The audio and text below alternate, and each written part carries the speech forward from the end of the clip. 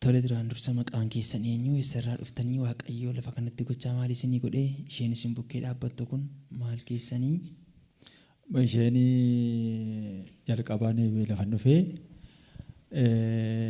aloonni koo aanaa Saasigaa ganda Horroo Qoroo Gamballoo kan jedhamudha. Maqaan keessan eenyudha? Maqaan koo Yoosef Qinaattiin jedhama. Kan mucaan koo kun na jalaa dhukkubsattee mucaa bulisa kootii bukkee Finfinnee deemtee turte mana barumsaa barachuudhaaf.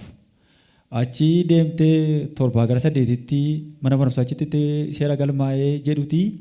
Mucaan kun hirriba keessaa sammuu kun dhukkubaa jettee obboleettii mucaa bulisa kootitti dubbatti. Maal taatee naani mataa kun dhukkubaa halkanii hirriba keessaa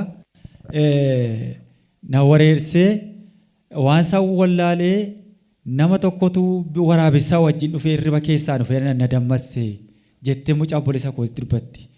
Amma obboleettiin mucaan bulisa kootii kuni isheenoo gaafa kana calleettees waan isaa wallaaltee mana kiimitti geessina jetteenaan mana kiimitti wanti kuni anoo mucaan bulisa kootii kun masii dhukaa jirti kan wajjin isheen kana ajinachuun ol baatee mana kiimitti mucaan kun waggaa lamaan kanayyuu waan akkasiitiin dhukkubsatteeti fayyite. Gaafa fayyitee jettu achi kaastee mana amantaa dhattee achitti fayyitee barumsa cuuphaa barattee erga irraa fayyitee mucaan kun bilisa taate. Tole yeroo sanatti mucaan yeroo isin deemtan maal gochuun dandeessu akkam ishee godha?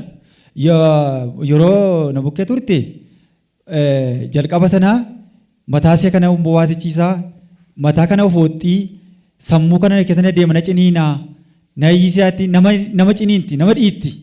Nama kabalti makiinaa keessa yoo teessu bakka yeroo mana kiimitti fiduu nama dhoofti nama ciniinti nama kabalti nama beektu bakka fayyama akkatti nama diree jeetti.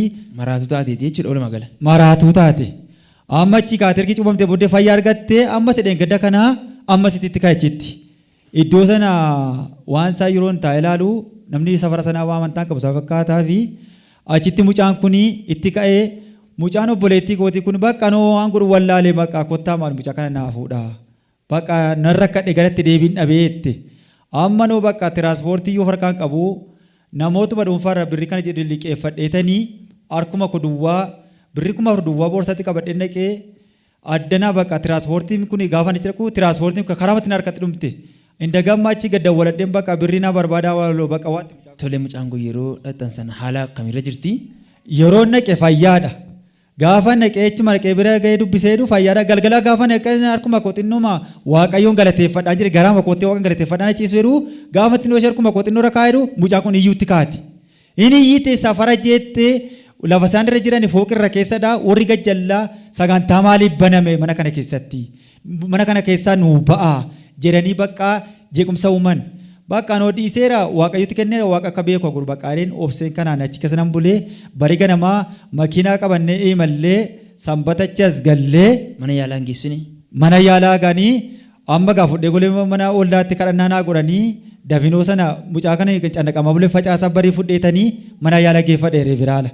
Gaafa ni jedhu ganama gaafan ka'u ribara gaafan ka'u mucaan garaa koo na ciniina abbaatti maal inni garaa koo na ciniina naanoo attamsi kun na dheebochiisa garaa koo na ciniina naanootti maal attam godhare bakka wanti kun shakkiidha jedhetanii gara taayifoodii yookiin immoo taayifiisii taatti laatadeen shakkeettanii mana kiimitti geesse gaafa mana kiimitti geesseedhu manna kiimii kun gaafa laalanii jedhanii mucaan kee maal meerree kunoo meeshaan ilaallennaanii mucaan kee kunoo dhukkuba hin qabdu.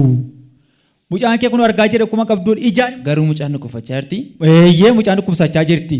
Gaafa kana isaan ofii isaaniitti gaaffiitti ta'ee akkani siree kennanii fi ciibsanii waan akkama wallaalan achi bu'anas baanii dhiiga qanee mana dhiiga dhaqee sakattase gaafan jedheeru mucaan kuni gaafa irratti immoo inni isa ilaallennu dhiiga sanarraa immoo ammas hin dhibame waan tokko hin dhibame.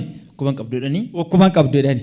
Amma dagammaa gaaffii mataa isaaniitiin akkuma nama dhuunfaatti garaa ishee kana qaqqabanii maal taate mucaan ennaan garaa koo na ciniina bushaan na dheebossa mataa koo na dhukkubaa jetteen hakimiidhaan akka nama dhuunfaatti qaqqabanii ilaalanii marfee mataa isaaniitiin ofuma isaaniitiin yaadanii marfee lama irreen rakkamanii bakka fudhu galee waan sii kun qabnu mucaan kee fayyaadhaatii naan jedhan amma noo gabbayeen mucaan attamsi godha beelofteen na ishee nyaadhaa jettee. Amma bunaan bakka manaa fidanii dhufanii warri manaa Minaan kana fuudhee gaafa kennu minaan kana nyaattee bishaatti nu duddee gaafa akkas taaskifnee qabannee immoo galleennee nu mucaan immoo mataa keessa masitti mutti ka'e. Amma mucaattiin isheen obboleettii keenya kuni dhuftee kottaa bakka kadhannaan tokko jiraachitti geessinaa jetti. Taaskiidhaan gajjallaa kellarraa kaanee amma danaatti dhumee yaabbannee asitti buunee gaafa gibbii kana keessa gallee jennu mucaan ammas immoo akkuma sana dhuftee addanaa bakka hin jeette.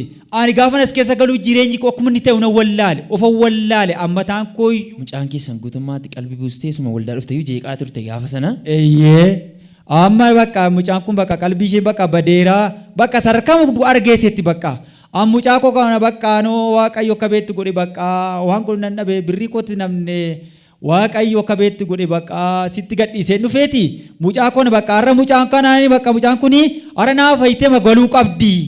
Waaqayyo bakka har'a naaf fayyitee galuu qabdi mucaa kana naaf fayyitee galuu qabdi har'a ani boojuu tokko fudhadhee galuun qaba waa tokko dhaga'ee galuun qaba sirraa bara baay'ee narra ture rakkinni kun narra ture bakka dhiphini kun narra ture dhala kooti bakka dhaabachaan jure rakkachaan jure uummanni ollaan konni waa'ee kombenni waa'ee koo beekusna wajjin cannaqamaa ture waaqayyooti yoo beettee dhuguma si amana dheete dhala koo kana naaf fayyisi anis akkan fayyuuf na gargaare ekonomiidhaan baay'ee miidhamen qabeenyaa kootis namne fayyaa kootis namne osi baay'ee miidhamaadha afurramaa kun baay'ee narra ture jireenya kun na jeeqeedha har'a waa tokko argadhee galuu qaba gibbii kana gadheen jedheetan bakkee matti waaqayyo macaan ture akkuma himeeti waaqayyo afurri waaqayyo roobsa narra bu'eenaan gaafa narra bu'u achi bakka na jeeqee na yiisiisee nama raacha akka tokko lafaan na dheenaan nama bo'ii manna keessa taa'uu dheenaan na cannaqee gaafa achi kufee mucaan achi kana booddeen kuftee mucaa fedhanii addana ciibsanii aanaa achi na fidanii raajina achiis ba'anii hin kadhatan mucaa kana. Ataa qabee kan nyaatu himee fadhaa takkaalolaa dhokkuma keessa kan keesse kalee kan nyaatte lafa dhawu ilaa fura du'aa. Afar bineensa. Mucaa durbaan kun ejjiin dhufte isheen kun. Daf gubadhu maal gochaaf?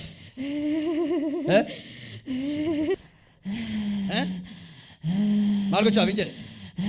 Maqaa waaqayyooti. Daf keessa godhe. Afura maaliiti? Dubbadhu tokko lama afura maaliiti? Afura maali? Afura maali? Sagalee guddaa dubbachuu maqaa isaa afura maaliiti? Afura budaa. Maalitti agarsiista?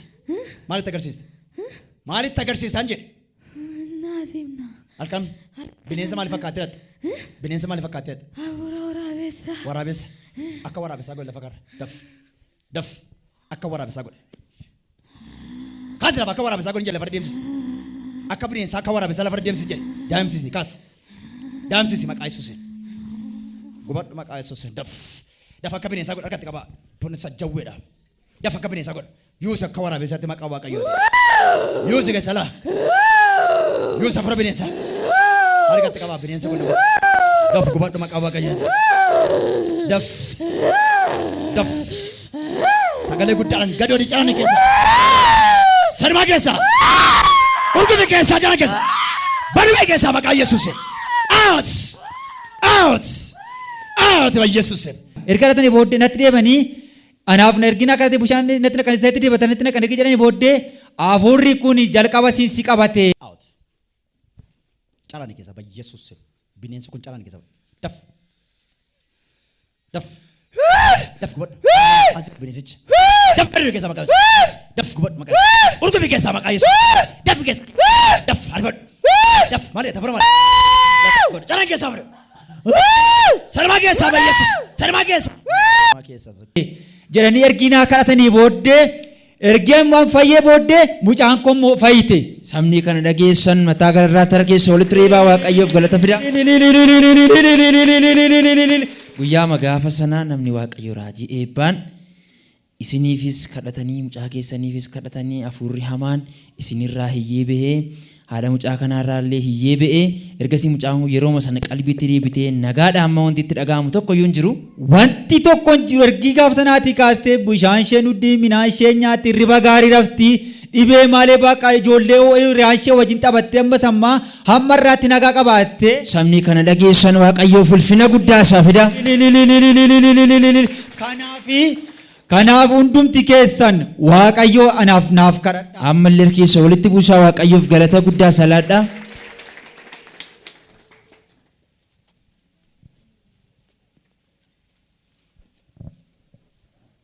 Tolee waa'ee dhukkuba keetii abbaan kee waan baay'ee dubbataniiru. Yeroo sana keessatti mee akkam akkamsi godha mataan kee? Mataan dhukkuba. Mataa kee keessaa si ciniina si dhukkuba. Ergi namni Waaqayyo raajii eebbaan lafa kanatti sii kadhatanii hafuurri hamaan sirraa eebbee amma wanti sitti dhaga'amu hin jiru dhibbaa dhibba nagaa keedha. Sabni kana dhageessan harkeessa mataa garraatti walitti reebaa Waaqayyoof galata guddaa saalaadha. Gooftaan isin eebbisu dhuga baatii kan biraa qabadhaa kottaa Nooraa.